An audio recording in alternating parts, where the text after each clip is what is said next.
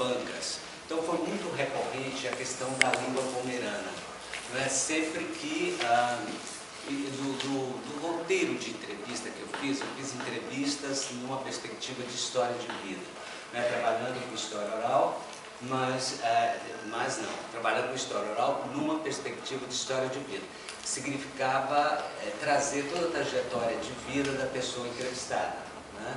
E aí, mesmo que eu não perguntasse, logo de início, né, do meu contato, já havia discussão da língua pomerana. Bem, então no meu relatório final, que eu fiz em 2007, 2008, que eu tinha que apresentar na UNB, e eu nunca publiquei esse relatório.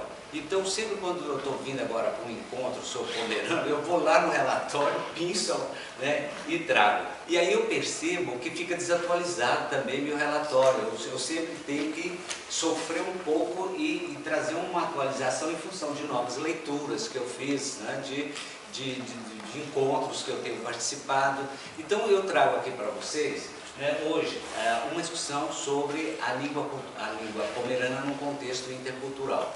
E aí, eu no meu relatório, então, eu colocava o seguinte: para pensar uma língua, qualquer língua, a gente sempre pensa numa outra língua, né? Porque se a gente for pensar a própria história, vamos pegar a língua portuguesa, né, que é dominante, né, ela vai ter toda uma história, né, aí para trás, na relação dela com outras línguas, até ela se impor enquanto língua, né, em Portugal, e depois Portugal, no seu processo de colonização, levar para outras regiões. E hoje a gente viu, né, as duas falas lá magistrais, né, sobre os pomeranos, e a gente vê essa luta, né, esses conflitos, né, que existem entre os grupos, né, e a língua é um dos instrumentos básicos, né, dessas culturas, né. Bem, então, e aí eu comecei então a pensar o seguinte: nós temos, né, através de um filme, né, que nós fizemos com uma comunidade indígena chamada Krenacore, ou Krenakarori, né?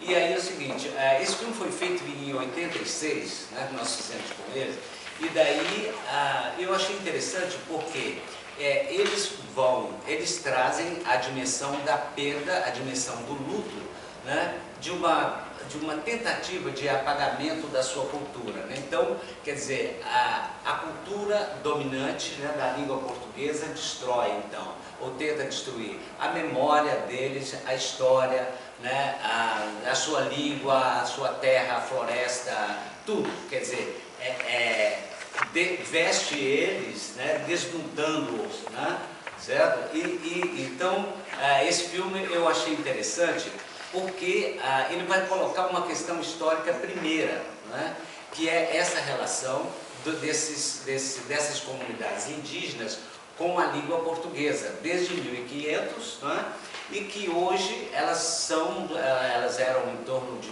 mais de 1000 línguas, elas estão reduzidas a mais ou menos a 170, 180 línguas, né? Bem, então nesse processo de destruição cultural, né, da dominação da língua portuguesa sobre as demais, a gente vai encontrar as línguas de imigração, que segundo alguns autores, aqui no Brasil nós teríamos mais ou menos umas 30, né? Teríamos umas 30 línguas. Bem, e aí eu queria colocar para vocês então, né, inicialmente, esse filme, né, que foi feito. Eu vou colocar a vinheta dele também, que é aquela introdução, que eu acho ela muito bonita. Então eu vou colocar, dá mais ou menos, é só um trechinho que eu vou colocar, né, para a gente pensar, né, e nessa articulação desse passado, né, que é um passado ao mesmo tempo que não passou, né. Eu achei interessante isso porque, se a gente pensa em 1500, em que os portugueses chegam e vão destruindo, que eles implantam uma política, né, de destruição, né, das demais línguas, né, com a nossa independência, a política do Estado brasileiro, ela prossegue, ela dá continuidade a essa política de padronização da língua portuguesa e de destruição, né, da diferença do outro, etc. Então, esse documentário, ele atualiza a questão, né? Ele pega esse passado, essas imagens que a gente tem do passado e traz hoje para o presente, né? Porque 1986 é algo muito recente.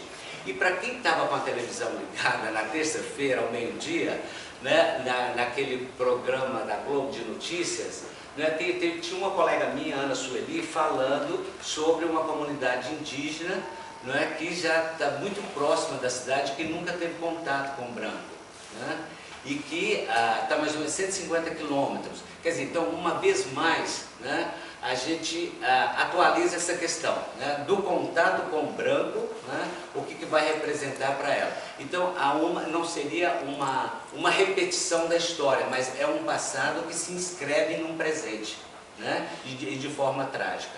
Então, vamos ver esse trechinho desse filme que a gente fez.